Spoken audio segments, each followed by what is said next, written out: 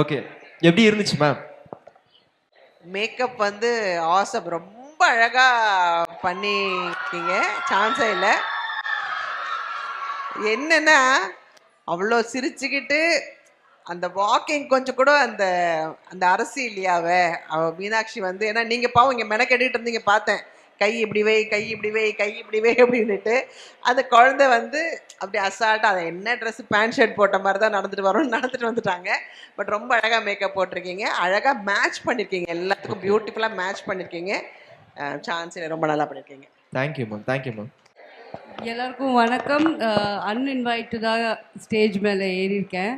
ஏன்னா அதுக்கு ஒரு ஃபர்ஸ்ட் ஆஃப் ஆல் நான் தேங்க்ஸ் சொல்லிக்கணும் இவருக்கு, மேக்கப் ஆர்டிஸ்ட் பூபதிக்கு.